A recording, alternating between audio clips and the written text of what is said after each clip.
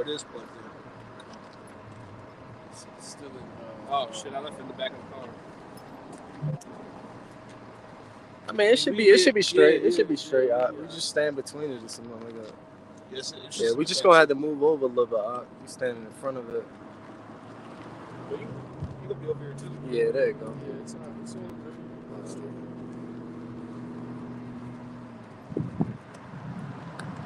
All right, Shalom.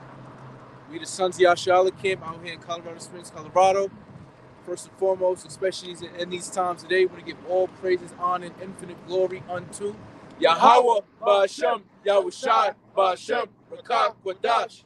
Yahweh being the name of the Heavenly Father, who people ignorantly call Jehovah God. Yahushai being the name of the only begotten Son, our Lord and Savior, our High Priest, our Big Brother, who people ignorantly call Jesus or Christ. The Rakah Quadash, which is the Holy Spirit, all spoken in the archaic Leo Hebrew. All right, the language of the heavens, our original ancient language. Okay. Want to give double honors to the elder apostles, the elder bishops, and the head elders of all the camps of Great Millstone, GMS, who do well. Salutations to the hopeful elect, the house of David, that's being risen up, starting with the governing body, which is 144,000, pursuant to Revelation 7, 12,000 men of each tribe of Israel, and the innumerable multitude, the hopeful of men, women, and children, the remnant of the 1/3 that are friends of the prophets, believe on the gospel, not only believers but doers of it as well. So to you, we give you salutations and shalom. All right. There's a lot of mad shit going on. All right. You got, your second biggest bank, Bank of America, talking about they preparing for a debt default. All right. What's really all up in this news, real quick? Matter of fact, if somebody can get, we shall not receive Satan's devices. What is that, Corinthians? Okay, because there's a lot of so-called UFO talks, mysterious objects that is, so-called being shot down. So, want to bring this out there. Chariots, angels cannot be shot down, man. You have to understand, this is supernatural beings, okay, which look, like us, but really taller, darker, okay, which is going to be the vehicles of our salvation, man. All right, and these angels is trailing behind Yahushua when he makes his second advent, all right, his second coming back, to this planet, man, to destroy all the kingdoms of the earth. So if it's going to be destroyed in 1 hour through the missiles and through the laser beams of the chariots, and it's already been written prophetically that the war has been won, how are they going to be shooting down supernatural beings? Makes no sense. Go ahead, Al. 2 Corinthians 2:11. That Satan should get advantage of us, for we are not ignorant of his devices. Right. So Satan, okay, is Shaitan in the Greek, which means adversary. All right. The physical counterpart of the spiritual demon Satan is the Edomites, the so-called Caucasian race, white people, so-called white people. All right. And really, this is talking about the international banking family. Some people like to call them the elite, the globalists, all right, the deep state, Illuminati, the, bugged out niggas would say reptilians, even though it's that they looking at it physical, but it's a spiritual based reptilians, you know what I mean? Because they're the serpent, you know what I mean? But I say that to say, so the scriptures say, lest Satan get an advantage of us. See, like in war. Matter of fact, when you get Exodus 15:3, I could quote it on the top of my head, right? Because y'all brothers know, commanders, and when it comes to going in the military war room, you're doing tactical strategies to see where you can get an advantage on your enemy or where they can't get an advantage on you. So you position yourself, right, in strategic ways, right, the people at the top, so that they don't get an advantage of you, so that you can do a strike where they not going to, expect it, that type of thing. You see? So through the spirit, and right after that, for the principalities in high places, that's another good one too. All right, but yeah, you can read that one. Not to mention all these top generals, they read the art of war, so they already got the type of mindset. You know what I mean? But this is Exodus 15:3. Mm-hmm. The Lord is a man of war. Uh-huh. The Lord is his name. Right. So all of these wars that's going on is a result of Yahweh B'Shem Yahushah's will and agenda for what's about to come to pass. World War III is the Most High's war. The civil war, the race war, the class war that is going to happen here. All right, Russia, Ukraine, China, Taiwan, Iran, Israel. All right, North Korea, South Korea. All of this is coming from Yahweh, through Yahweh Shai, through the angels, putting spirits, all right, upon people, generals, things of that nature, in order to rise up the tensions, man. Carry out the Most High's will. Because like the brother Azara loves to bring out all the time, and you could probably bring it out again, for the heart of the king is in the hands of the Lord, man. Just like a river, he turneth it whatsoever he wills. You feel me? Because you could be following a river, you think it's going north, right? And the next thing you know, it twists and turns and winds, and you end up going south by southwest or some shit. And then trying to figure out, damn, how the fuck, like, let's say even the Nile. The Nile flows from south to north, not north to south. Like the Delta, it goes into the Mediterranean Sea rather than based on how we look at things at the map, like things fall from north to south, like, gravity and shit like that. Most of it, right. So I'm just using that. The Most High created that river to go against what we would naturally think, like, damn, like the Mississippi River. It goes from north to south, but the Nile, it's opposite. So the Most High is on these kings, these rulers. That's basically what it's meaning.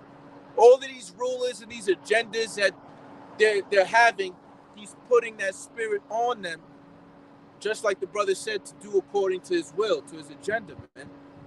All right? So you got all of this shooting down of balloons and this, unidentified objects in the sky and things of that nature. I got a precept, Mr. Lambert, for you too, because you were saying, you're right. Esau can't shoot down the chariots of the Most High. Esau's gift is the sword, so that means it was given to him by somebody. So how I'm going to give you the sword? I don't got a better one. You see what I'm saying? Right. So this is actually Zechariah. I'll read 5 and 2 and 3. It says, "He said unto me, What seest thou? And I answered, I see a flying roll. The length thereof is 20 cubits, and the breadth thereof is 10 cubits." Verse 3, he said, "Then he said unto me, This is the curse that goeth forth over the face of the whole earth. For everyone that stealeth shall be cut off as on the side according to it, and everyone that sweareth shall be cut off on the side according to it." Right. So the chariots of the Most High are coming here to do work. So how you think Esau's military is just going to F-22 is just going to shoot down something that the Most High allowed Esau to create?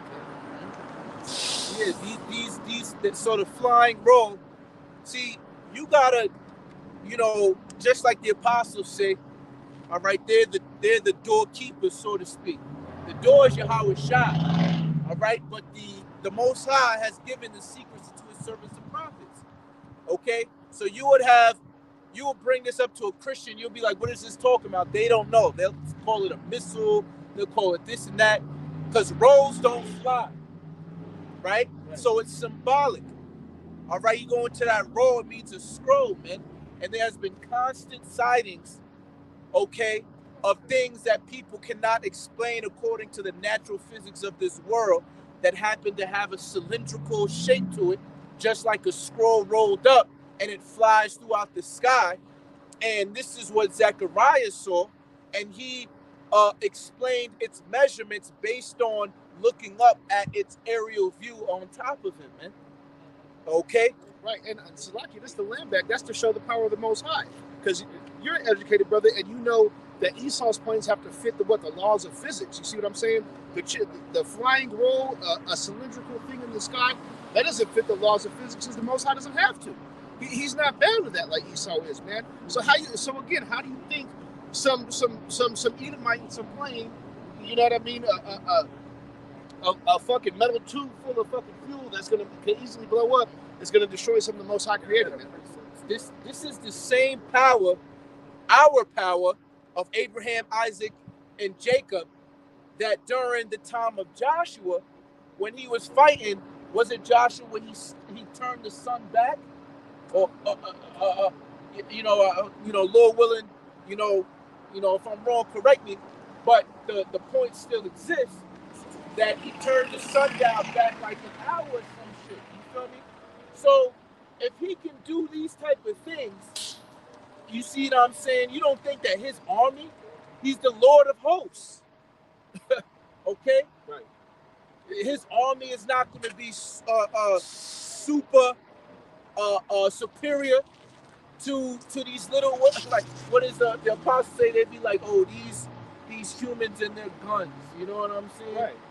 The Most High gives dominion on earth. Like that's why you know what I'm saying? Obsolete technology. But go ahead.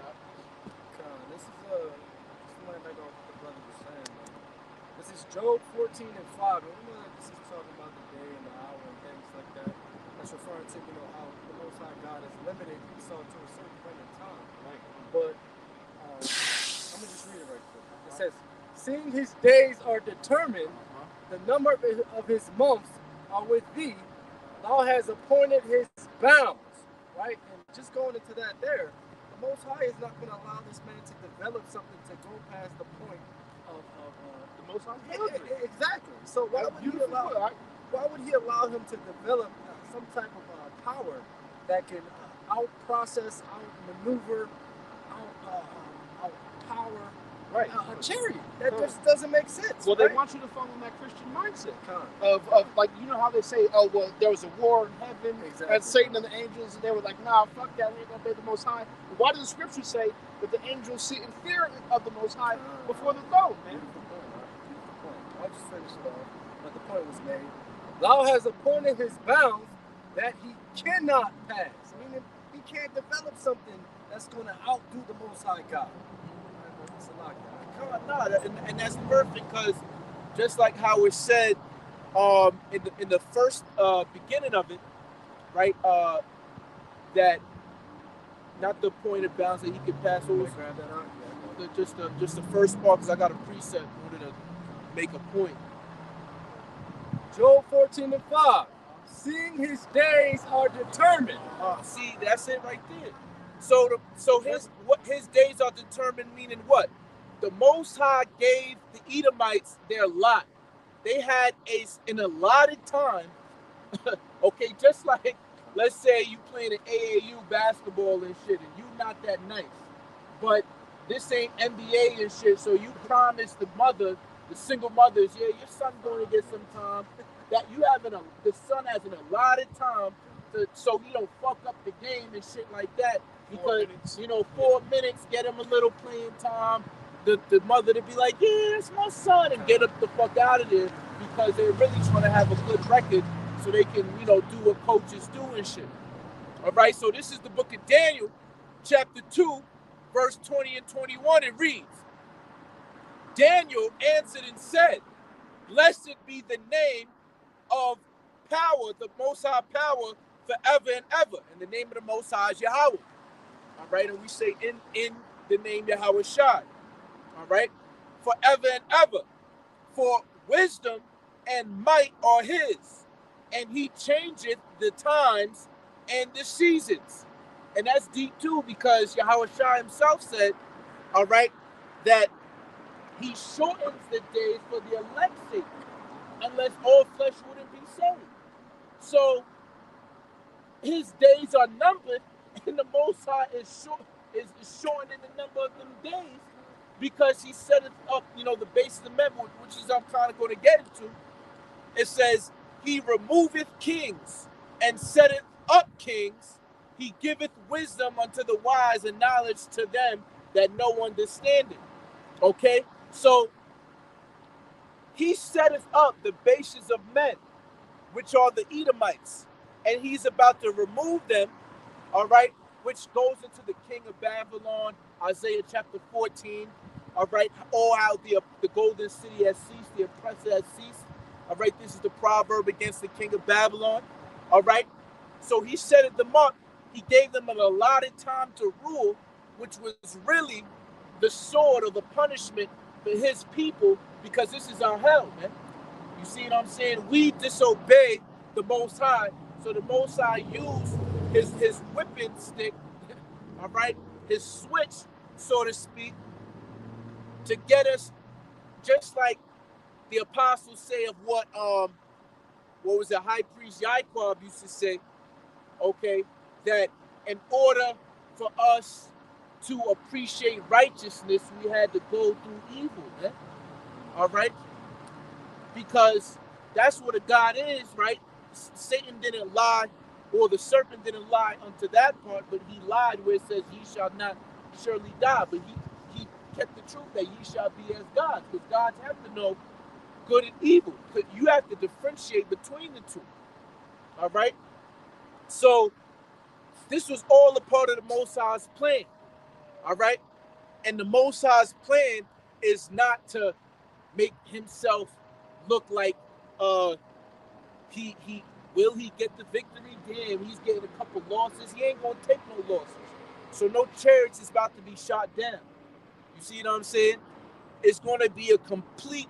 You know how y'all used to play Tekken and shit? You get a perfect. You ain't get no fucking damage done unto you. Your whole health bar is at 100, man. You know what I'm saying? It wasn't no KO, TKO. You got a perfect.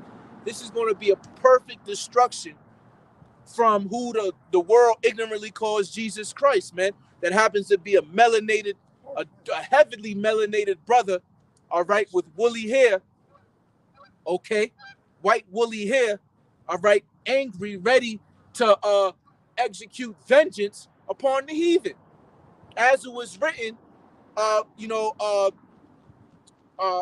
was it in Isaiah? Matter of fact, I'll get that real quick.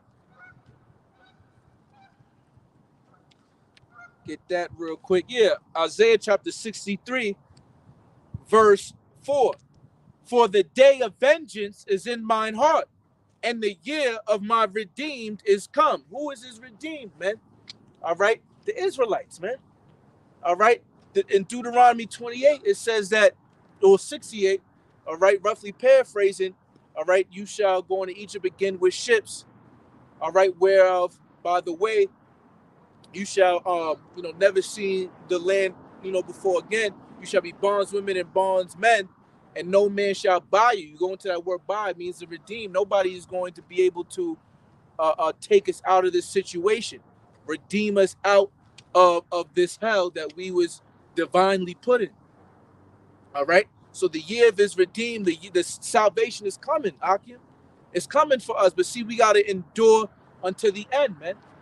Yahweh Shah in Matthew 24 consistently said, when the apostles, which was they was in the right spirit, yo, when's the end of the world gonna come? When you gonna come back? When you gonna save us? When you gonna put, give the kingdom unto Israel again? He's like, listen, all of this gotta happen, but these are the beginning of sorrows. The end is not yet come. All right, so GMS and the offshoot camps, all right, are the only ones that's teaching, the end has not yet come, even though it seems like it, because what? The major prophecy has to come to pass, which is what? The MOTB, man. The charagma of the BEAST, of NATO/EU, because they're going to be the ones that push it really through America, man. All right, because they have an unsatiable spirit of wanting to control specifically you Jakes and the whole world at that, because they want to be like God. These Edomites have a God complex, man. Good. So this is Revelations 3 and 10. And the reason I'm bringing this out is because, you know, when we read this precept and we go into the hour of temptation, some Jakes really believe that it's only going to be an hour. So, you know, they start to say, you know, I'm going to reject the chip. I'm not going to take it, even though they may have been lauded for it, right? Esau likes to play the long game, right? But let me read this to get into the point. Because thou hast kept the word of my patience, I will also keep thee from the hour of temptation, right? Which shall come upon all the world to try them that dwell upon the earth. Like just like back when you know the CV-19 came out. You know, you had everybody saying, no, I'm not going to take the jump shot. And then, you know, they start putting the pressure on the people. And then they like, all right, well, maybe I should. You know, I'm about to lose my job. I might as well just go ahead and get this. It's going to be the same way with the MOTB, right? So once they finally push this C-hip, right, you may say no at first, but then Esau going to implement it to where you can't have a bank account without it. And then he going to tie it to the driver's license, and now you can't drive without it. And then he going to tie it to buying food. Now you can't eat without it. And slowly but surely, these jakes is going to start to tap out and give in. And I have a precept to go along with this. Let me get this right quick.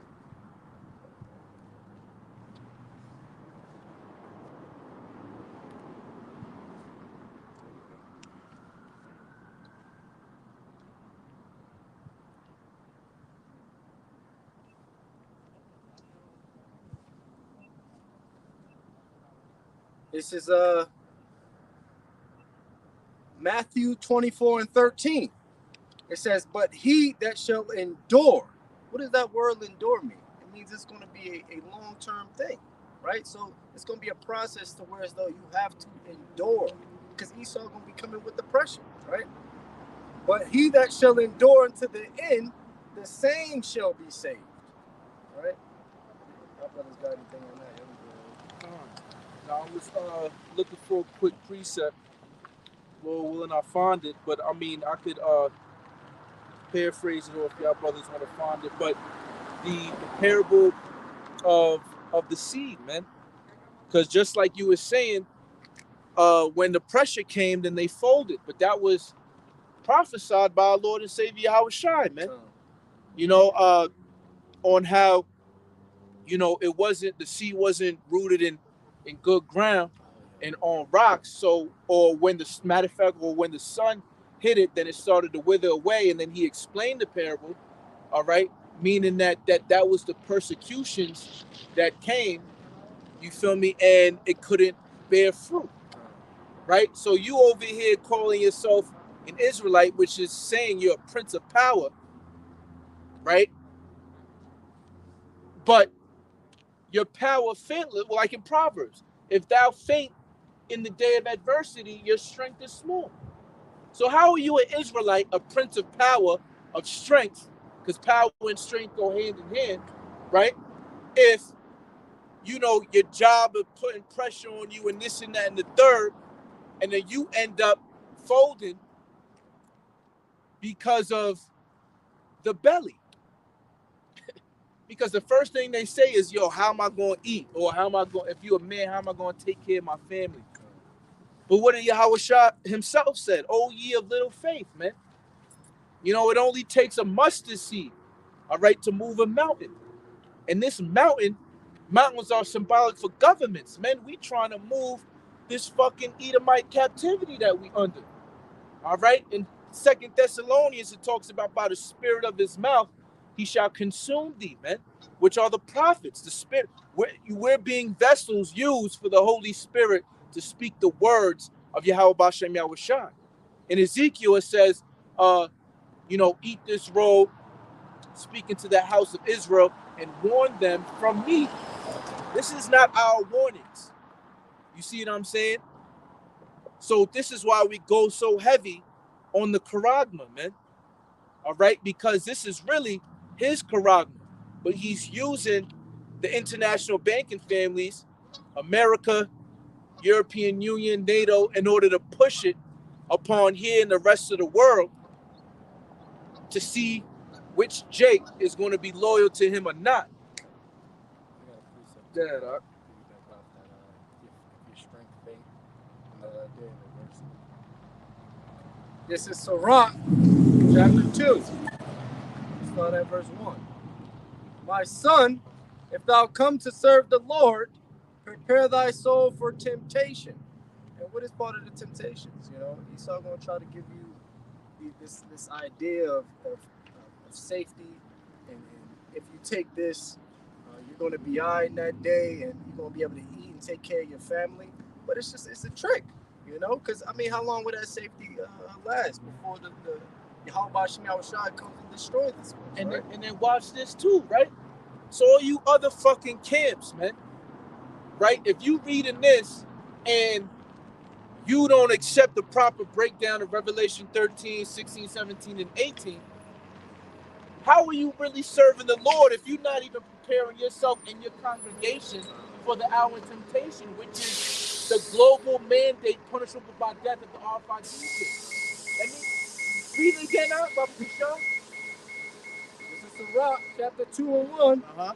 My son, if thou come to serve the Lord, prepare thy soul for temptation. So if you come into this truth and you claim to be born again, in Baruch it says, thy people shall remember themselves in their captivities.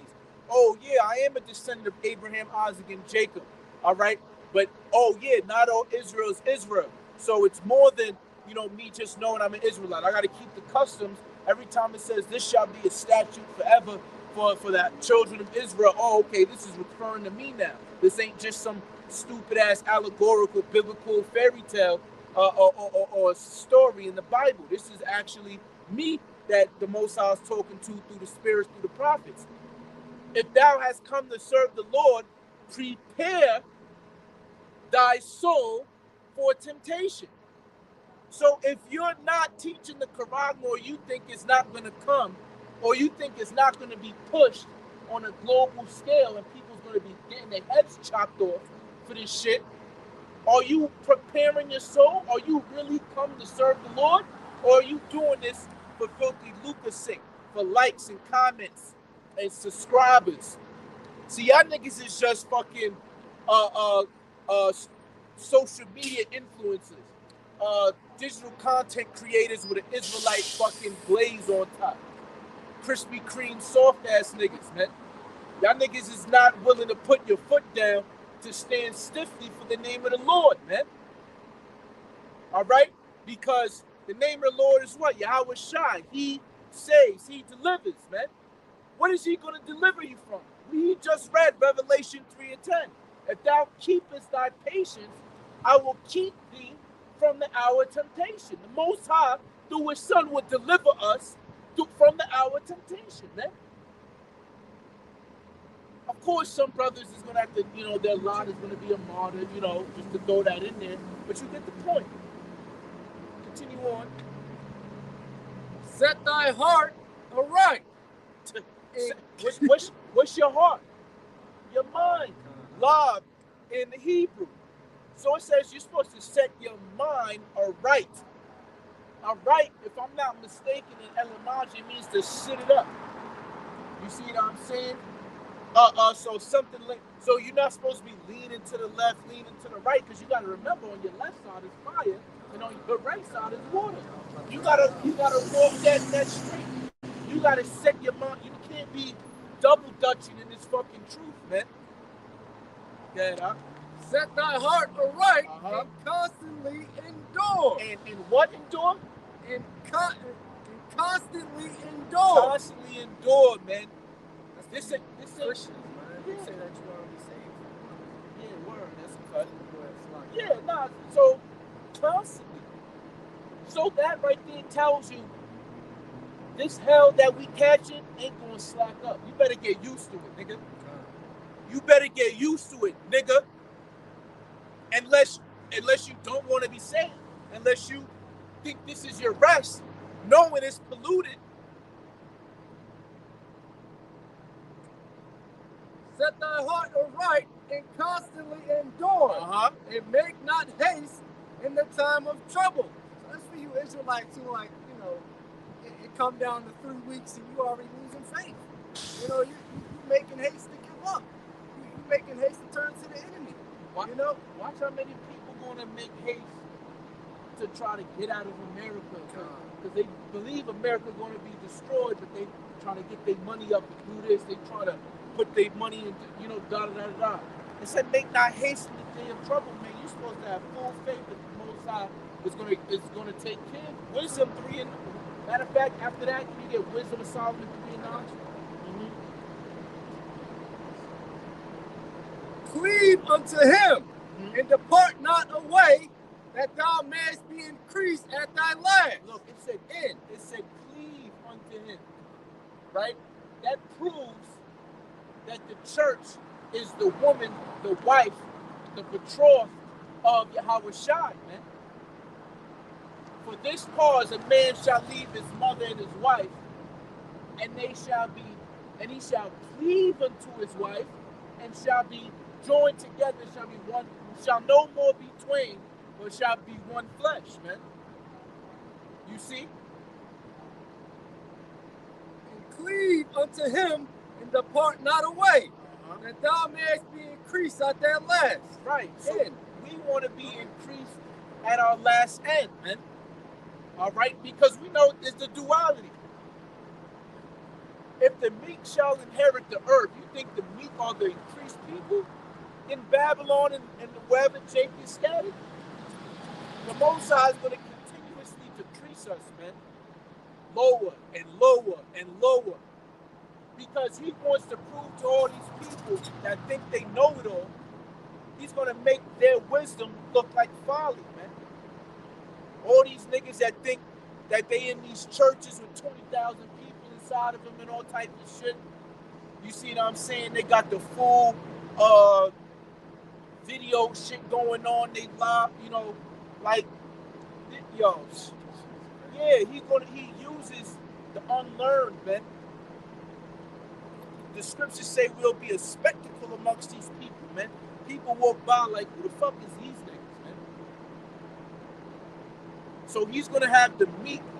They're going to be the ones that get the spiritual power. They're going to be the ones that get the riches. They're going to get the earth, man. Full dominion. Go ahead, huh?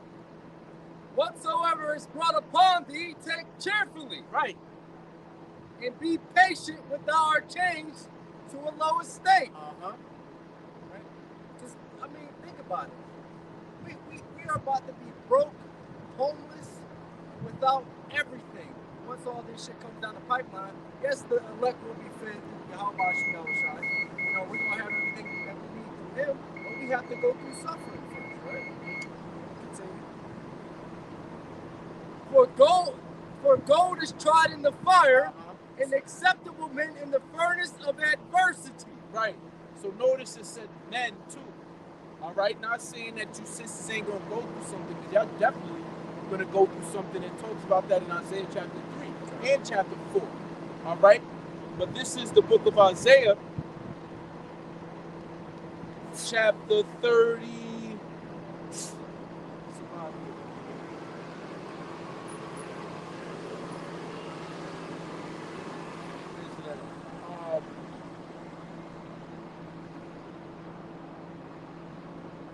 For what's the name? The gold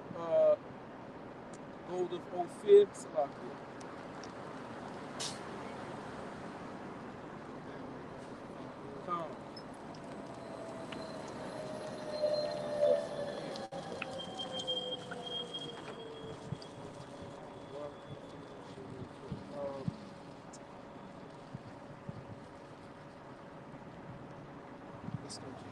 Got you. Yep. Isaiah 13 and 12. I will make a man more precious than fine gold, even a man than the golden wedge of Ophir. Okay? So he said he's going to take the... Matter of fact, read it again out. For gold is tried in the fire, and acceptable men in the furnace of adversity. Right, so he's using that same parallelism right there. Acceptable men and gold is the same thing. All right. So when he said he's going to make a man more precious than fine gold, okay, he's making them acceptable according to his liking by putting them through the furnace of adversity, aka catching hell like Odell. All right, going through all these temptations, being brought to a low estate. All right, in order to be prepared for what's to come and to be increased in our last end. You see? So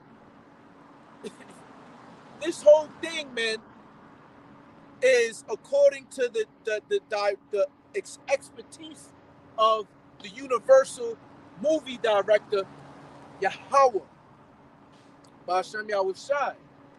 All right? Chapter 3, verse 9, Baruch Shah. This is Wisdom of Solomon, chapter 3, verse 9. Uh-huh. They that put their trust in him shall See? So look, and this goes back to, and I'm going to get it a little bit later after that precept in Daniel with the 3 Hebrew boys. That the things written aforetime was written for our learning. They physically went in the fire, but we look at it spiritual for affliction of what the elect is going to go through, right? 3 in, Hebrew numerology or whatever is understanding, okay? Men of understanding is going to have Yahweh Shai with them in the furnace, okay, as they're being tried to be acceptable unto him. Dad, I'll read it again from the top. This is Wisdom of Solomon 3 and 9. Read. They that put their trust in him shall understand the truth. Understand. I just said understand. See, there's a reason why it was 3 Hebrew boys, man.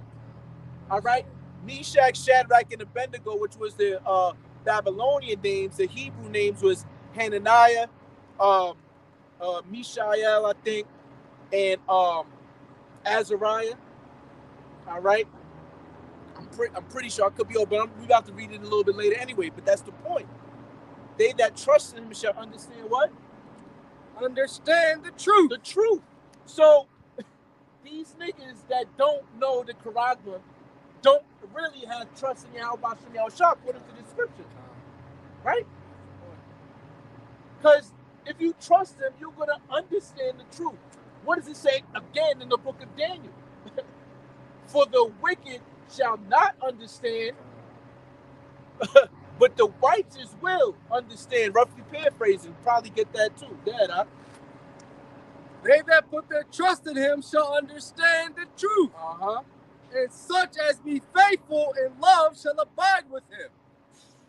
For grace and mercy is to his saints, and he hath care for his elect. See, so just like you said, he's going to feed his servants, man, his elect, man, those that trust in him wholeheartedly, man. Okay? See, when you go really down into this economic system, which is spiritual, money is only money because of the untangible value of trust. You're trusting the merchant is giving you a working product, and you're trusting that this currency you have is actually the value that it says it has. So is the merchant, exactly. The merchant is trusting you that you're not going to rob him after you get it, right? So The furnace, you would have to trust in yourself. And that's why Yahweh Shah said, put your riches in heaven, because you're fully trusting. That's why the brothers always say, you're depositing into your spiritual bank account, man. This is something, matter of fact, Isaiah 33 and 6. Because we'll show you that this thing deals with money, but it's really on the spiritual side. And then we're going to get Ecclesiastes. See, this truth is beautiful, man. It's Yapa, all right? And that's why we say the water Yahweh Ba'Shem Yahushua for this understanding, man.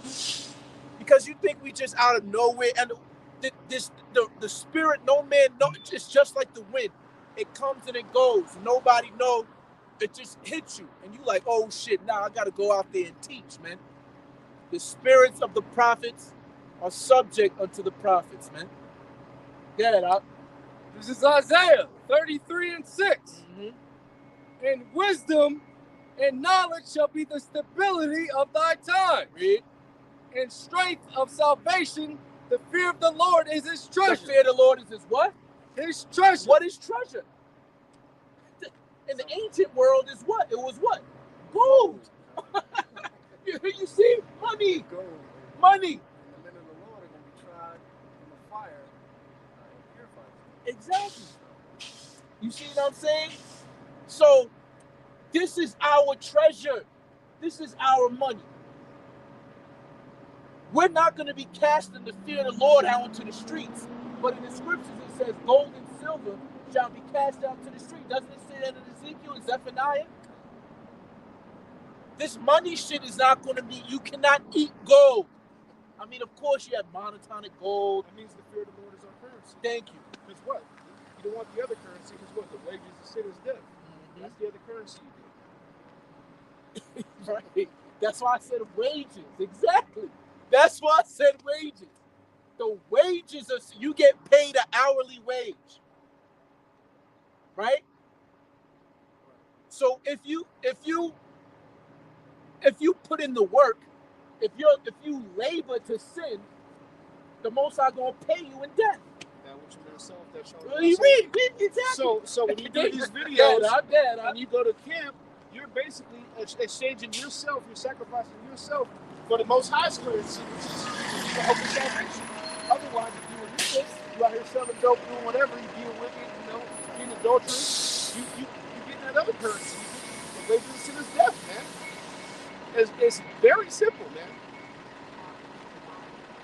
How long, you simple ones? When you said simplicity, love simplicity, man. You spend your life being a nigga, you gonna reap what a nigga gets. You live in fear of the Lord wholeheartedly in sincerity, and you have a hope of salvation, man. Lord will, you have that number. So I got where is it? I got right here Daniel chapter 12 verse 10, and it reads, many shall be purified and made white. So just again, right? The acceptable men in the furnace, gold is tried, is purified, man. So those is the many. So it's going to be many, but on a relative scale, it's going to be a little. You see? So you have to understand the dichotomy of the scriptures. It doesn't contradict itself. Relatively to the global population or even the Israelite population, it's a remnant. It's small. All right? But 144,000 and an innumerable multitude is millions of people, man. All right? Well, hey, the scripture says what? That the present world is for many, and the world to come for few. Yep. What, is that an address? I don't think so. Many shall be purified and made white and tried, but the wicked shall do wickedly, and none of the wicked shall understand, but the wise shall understand. See, so if none of the wicked shall understand, according to wisdom of Solomon 3 and 9, that means the wicked do not trust in the Lord, because they don't understand the truth. You see? So now going back to Daniel, I was just saying, if you don't understand this, it wasn't given to you. Because we understand that this faith was a gift from the Most High to us, man. We didn't just wake up one day and know all this truth, man. It had to be given unto us, man. We had to learn from our elders. So if you haven't been given that, I'll say privilege, the Most High ain't dealing with you.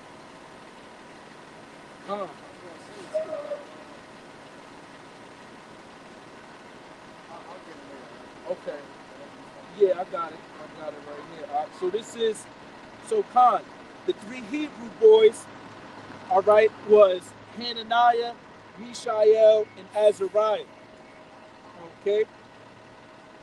which in the Christian church, because they stay away from that Hebrew shit, they want to call us Meshach, Shadrach, and Abednego, which was their slave names, nigga.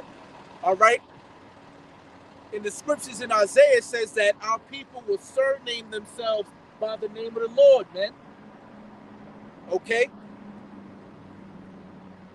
So this is Daniel chapter 3, starting at verse 15, and it reads, Now if ye be ready that at what time ye hear the sound of the cornet, flute, harp, sackbut, psaltery, and dulcimer, and all kinds of music, ye fall down and worship the image which I have made.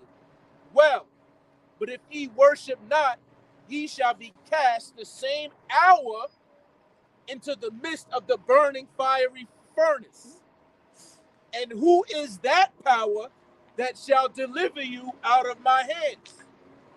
Shadrach, Meshach, and Abednego answered and said to the king, O Nebuchadnezzar, we are not careful to answer thee in this matter. If it be so, our power, not the Babylonians' power, and just for historical sake, the kings of the Babylonian Empire were Assyrians.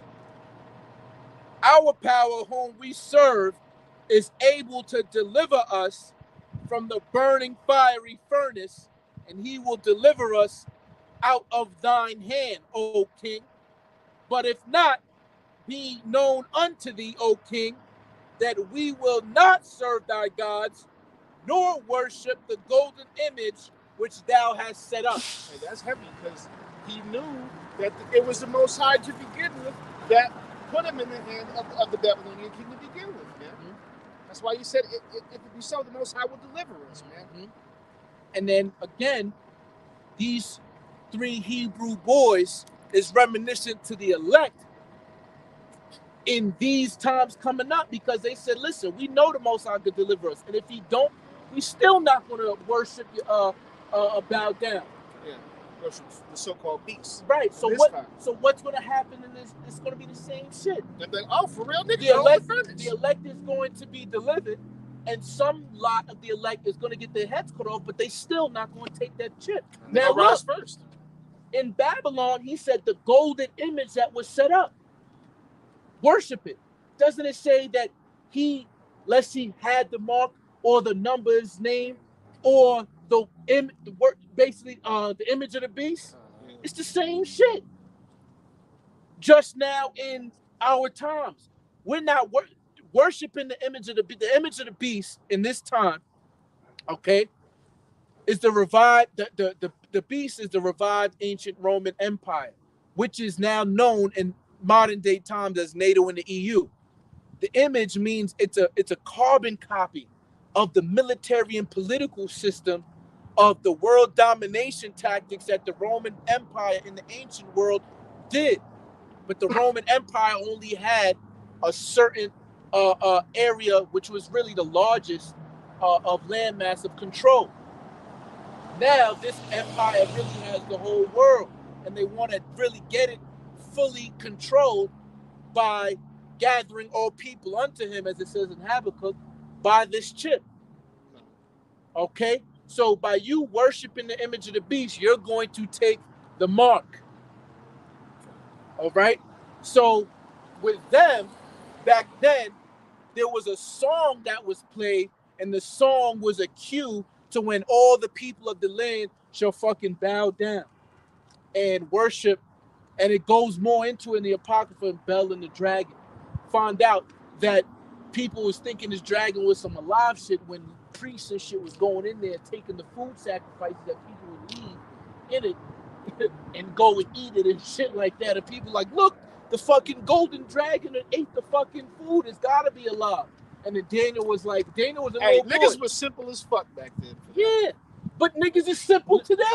But niggas, and you know what? There was probably a second Jake that knew niggas was eating that shit and still worshiping, so they could be cool in Babylon. Like, nigga, I know you eating that, but I'm gonna go over here and worship too, so I can keep my little job and my little bitch. That's a lot of you niggas, man. You said something too, man. I got my spirit hype, man. You said something about how the same thing that was happening then is happening now. Yeah, we just keep repeating. There's no new thing under the sun. These Christians don't understand. They be like, yeah, back in biblical times, we're in biblical times right now. It's playing out right now. Well, that's what Elder Malcolm. That's what Elder Malcolm said on one of his TikToks, man. Right now. Exactly. Like, and it got me thinking about Matthew 13 and 17. It says, "For verily I say unto you, that many prophets and righteous men have desired to see those things which ye see." And just thinking about it, we are literally in the end times. And the prophets is back here today, man. The righteous man is back here today, and you're gonna know the righteous men by their stiffness. All right. I did a video on that, yesterday, 2 days ago. Go ahead, Art. Oh, I was just gonna bring out that point. Oh, okay. Okay, yeah, come on. So I wanted to kind of land back on that spiritual currency that you were saying, Art. This is Ecclesiastes chapter 7 and 12. It says, "For wisdom is a defense, and money is a defense. But the excellency of knowledge is that wisdom giveth life to them that have it." It's always gonna be better than money, because you could have it. The Most High could bless you with a defense, but if you're a coon ass 2/3 nigga, you're gonna go buy a Bentley, a grill, a chain. But a wise man, he's gonna be kind of like Joseph and prepare for those rainy days. He's gonna help the Akim out. He's gonna be spiritual with his money, man. That's beautiful, and I actually that's crazy. I got a that's script why for that's that why too. wisdom is more principle and defense than money. He said because Most High, look how many niggas he gave money that was 90s NBA players that's broke right now. You just a tall nigga at Kmart. Exactly. These niggas is about to be found be weighed in the balance with their wickedness. Found wanting. Look, the brother Azara said, like Joseph, right? Prepare for the rainy day, right? This is the book of Proverbs, chapter 30, we're going to start at verse 21, and then we're going to jump down. It says, "For 3 things the earth is disquieted, and for 4 which it cannot bear." Now I'm going to jump down to verse 24, Salakia. "There be 4 things which are little upon earth, but they are exceeding wise." Verse 25, "The ants are a people not strong, yet they prepare their meat in the summer."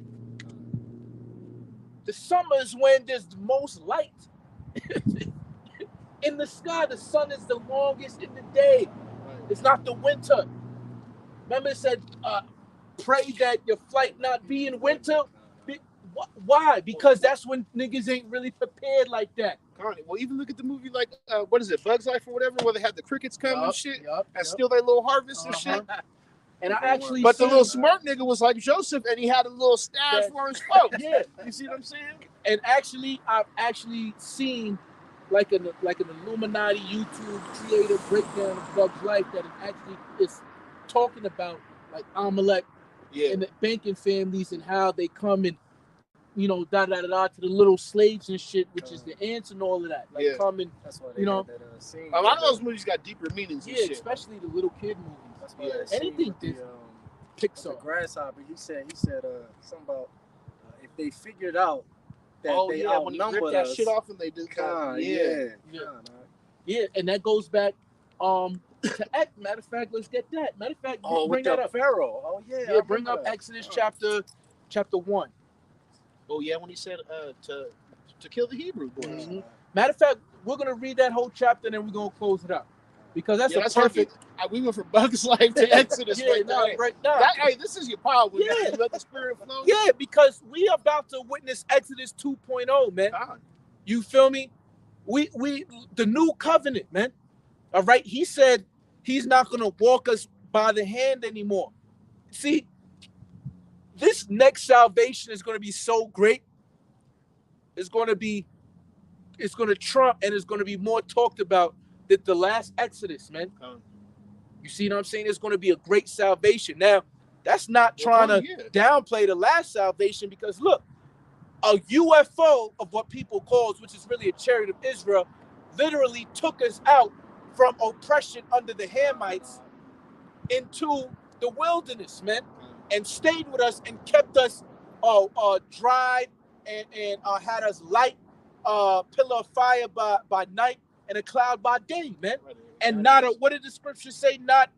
Not even the shoes on your feet tore up, roughly paraphrasing, man. You know? Go ahead. And they still managed to disrespect it. Yeah. Kind of that's heavy because we know that in the days that the Most High raises up his elect, you know, and they become hunters, you know, he's going to charge the angels to what? You're not even to gash your foot against a stone, man.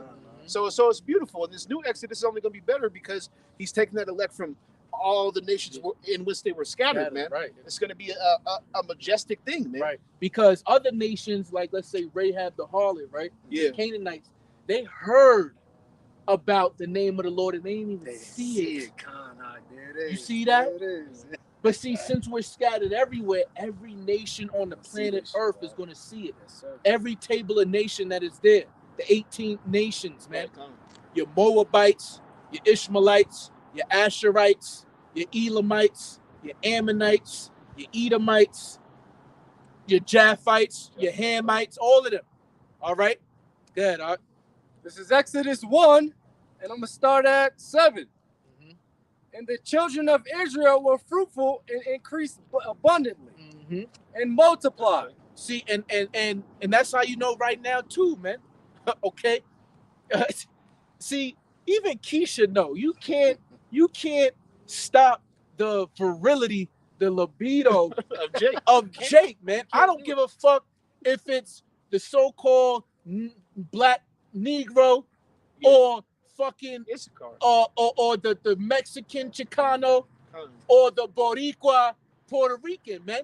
All these niggas get West Indian. or the West Indian. They gonna get they get you at the club half the time in the West Indies, boy. Jake just loved to pipe down some women, and that's a godlike spirit, man.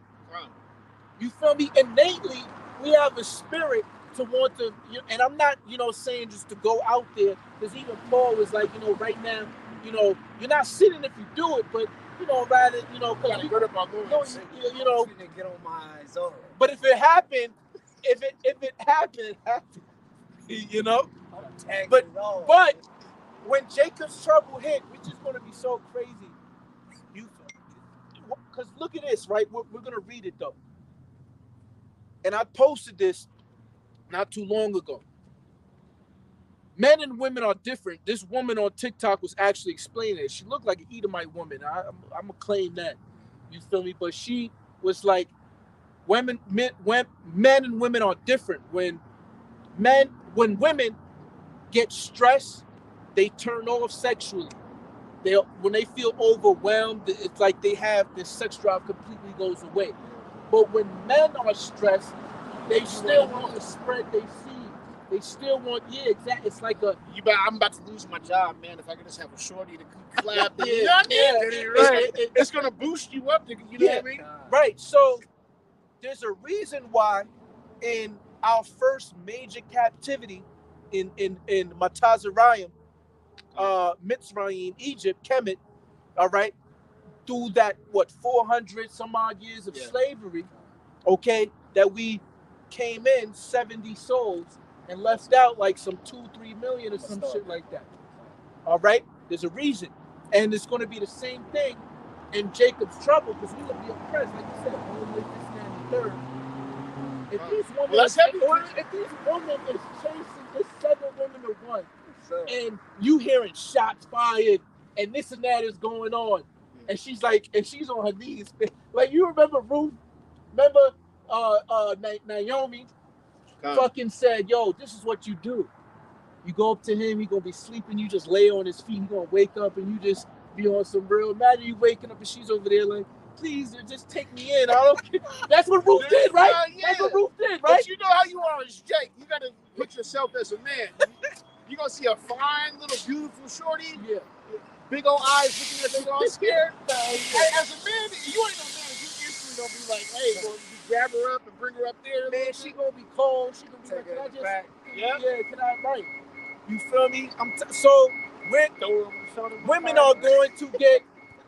I mean, it is what it is. She shall be saved in childbearing. There's gonna be a lot of pregnant women getting beamed up, elect women that's gonna get beamed up into them chariots. It speaks about that in Jeremiah, man. Okay, Gotta repopulate the nation. Our salvation is coming from presenting our bodies as a living sacrifice to Yahweh Shai. Your salvation as a woman is being an incubator, a legacy progenitor of the man's seed, of the Israelite seed. Then, And all the souls that came out of the loins of Jacob were 70 souls. see?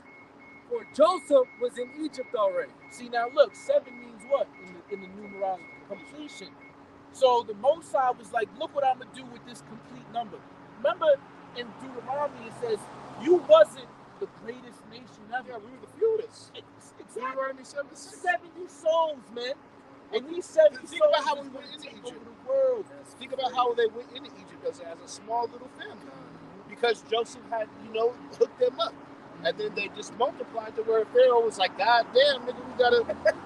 Well, look what you said, Joseph. Joseph's name in the Hebrew is Yahweh, which means added to me, if I'm not mistaken, added or something like that.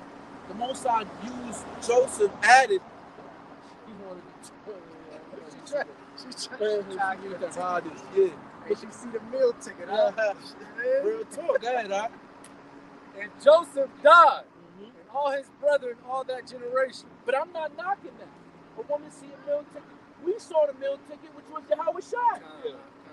Yahweh Shai said to Peter when he was walking on water, keep your eyes on me. I'm the meal ticket, nigga. If you get off, you going to swim, you going to drown. We saw Yahweh Shai. We like, nah, this is our ticket up out of here. What I look like not chasing the ticket to get the fuck up out of here.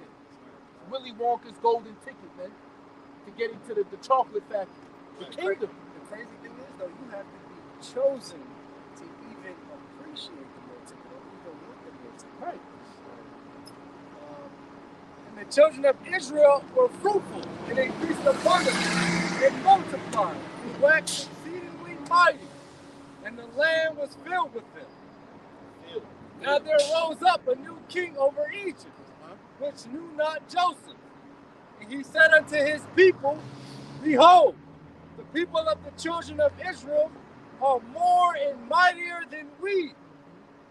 Come on, let us deal wisely with them, lest they multiply. And it come to pass. See, look, let us deal wisely with them. That's that left-hand wisdom. That's that wicked-ass wisdom that they trying to deal with us. That's that. You see what it said? Yeah. I was going to say, it said that he knew not Joseph. So he didn't have that loyalty that the Pharaoh had with Joseph. He said that's that. Nah, like that's like that Edomite smiling in your face, but behind closed doors, he's stabbing you in the back, redlining you, making sure you don't get no jobs, so on and so forth, discrimination in all sectors of life. The felony shit, the 13th Amendment, the 14th, the 15th, you not understanding legalese, maritime arable law. That secret jealousy, because he was Federal obviously, Reserve. because he was obviously one of Pharaoh's sons, and he seen how much old Pharaoh was in love with Joseph. You know what I mean? Like, this is my nigga right here. So this little nigga grew up jealous. Like, nigga, I can't wait to do your people dirty. But it's the same thing as slavery. You was allowing Mammy to have your Edomite baby suck on her titties. Yeah. You had your little goody old two shoes house nigga play you piano and serve you wine and shit like that. You feel me? But as soon as the South and the North started beefing, that was the new Pharaoh. They said, yo, damn, we gotta emancipate them, but how can we keep them as slaves? And then look, then the KKK came 1880, 1890, 1900, after the Reconstruction era and shit, because these niggas was multiplying. We was getting Republican governors and mayors of towns. Right, and they had to reconstruct the society to hold down Jake, just like this Pharaoh did. Exactly. We got to take austere measures for these niggas. Like, come on, man. Right. We're reliving the same shit because that too as well. We're incarnation, man. At the same time, too, remember, all this shit was like the Constitution and other things was written on him. Because we was just talking really about the Southern Kingdom, right? Transatlantic slave trade. But we can't forget the Northern Kingdom. Right. In the early 1900s, when jazz was coming out, they called it hemp and cannabis, but they turned the name into marijuana because of Issacharites smoking it and demonizing it, and other Southern Kingdom Jake, you feel me, popping they bitches and shit like that. So, because remember around that time, this is when the gold rush was happening. 1816, 1870. Well, this on Colorado, everything west of the Mississippi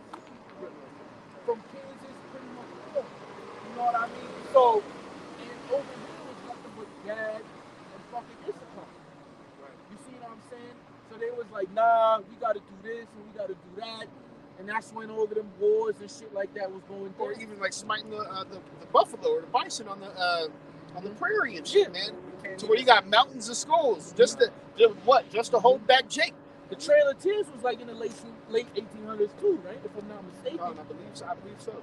We can't forget the crack epidemic to spice on the mass incarceration. Yeah, these modern pharaohs have always done families shit and like things that. like that. Yeah. The music, you know what I mean? The gang culture, all that shit, man. Just another one of Pharaoh's devices in the modern time. Man. Come on, let us deal wisely with them, lest they multiply. And it come to pass that when there falleth out any war, they join also unto our enemies and fight against us, and so get them up out of the land. And they did, and that's exactly why they came up with the social political construct of race, of white people and black people and shit like that, because they didn't want the so-called low, impoverished, indentured servant whites to join with the black. With Jay Khan. Mhm. What's crazy is, man, you know, that's, I mean, not prophecy, but it says it right here also, because it says, therefore they did set over them taskmasters. And what were those, the beginning police officers? Yeah, the slave patrol, right? So See, it's just repeat. Because I was watching a documentary on the Civil War, and they said that, like this brother just said verbatim, you know, the elite Edomites were like, well, how do we separate the poor white from the slave Negro? And so the Edomites thought they were gonna have to like start giving them money, like a basic income type shit. But they were shocked and surprised that all they had to do was tell them that they were better than the slave Jake, man, and just put that in the media and in the culture. And then the poor white was just happy paying above the niggas. Yes, sir. Right. You want any more on that? Yeah, keep. We're gonna finish it out. It says, therefore they did set over them taskmasters to afflict them with their burdens. Mm-hmm. And they built for Pharaoh treasure cities in Pithom and Ramses. But the more they afflicted them, the more they multiplied and grew. You see? The more you were trying to stomp Jake out, the more niggas was going home and seeing their wives, tired of Pharaoh's bullshit. Yeah, because, and then look, that's how just like the white man was in the 70s. That's how you know they was dealing with multiple women too, man. Oh, you can't marry more than one. So now you created that cheating culture. You feel me? So now niggas is hiding and like the grandmothers, they don't find out until daddy died that they got a whole nother sisters and brothers that live 30 miles down the road or some shit like that, because Esau tried to push this monogamy shit, you feel me, with this affliction of, you know, you see, it's just devil shit, man. Because he's a weirdo. Because in Egypt, they might not have been precedent like that for multiple wives. Not to mention, they put this Eve on a plateau to where as though she feels as though she's supposed to run a relationship. Now, if you're going off against her, she feels as though she can trespass back against you because you're on the same planet. But the more they afflicted them, the more they multiplied and grew. Mm-hmm. And they were grieved because of the children of Israel. Right. So these elite are grieved that we content that, you know, like all the shit they do, and Jake still got this wisdom, knowledge, understanding. Lock it, brother. Now, when you grieve, what does it mean? Usually people grieve when somebody's dying. Right, you're in mourning. So they're seeing that their race is going to be what? Extinct. Exactly. See, they don't know it through the Obadiah understanding, but they think that, by the year 2100, that the dominant gene, is going to completely, you know, it's going to completely, take over. See what I'm saying? So, you know, you have a small understanding of it, but you're going to get Obadiah 118, man. You know what I mean? This thing ain't going to go to no 2100. We ain't going 200. Yeah. You feel me? And everybody going to look like a mixed person with little wavy, curly hair, light skin. Yeah, they want you to look like a Hawaiian type. Well, will all the prophecies come to pass this year? You know, so we'll leave it at that. All right. Again, always, you got to be watchmen, man, which we are through the Spirit. Okay, the RFID chip, which is the mark of the beast, being mandated. Jacob's trouble, all anarchy, all hell breaking loose, lawlessness in the streets, and then World War III. All right, ICBMs come and destroy America, the land of Israel, and of course whoever else the missiles, the most I want them shits to go. Listen, what's your name on it? You know what I mean? So with that, we're gonna give all praises, honor, and infinite glory unto Yahweh, Ba'ashem, Yahushai, Ba'ashem, Rakak, Wadash. Double honors into the elder apostles, the elder bishops, and the head elders of Great Millstone GMS who do well. Salutation to the hopeful like scattered abroad. Abad Babor! Abad Babor! Kwam Yasharala! Kwam Yasharala! Shalom. Shalom.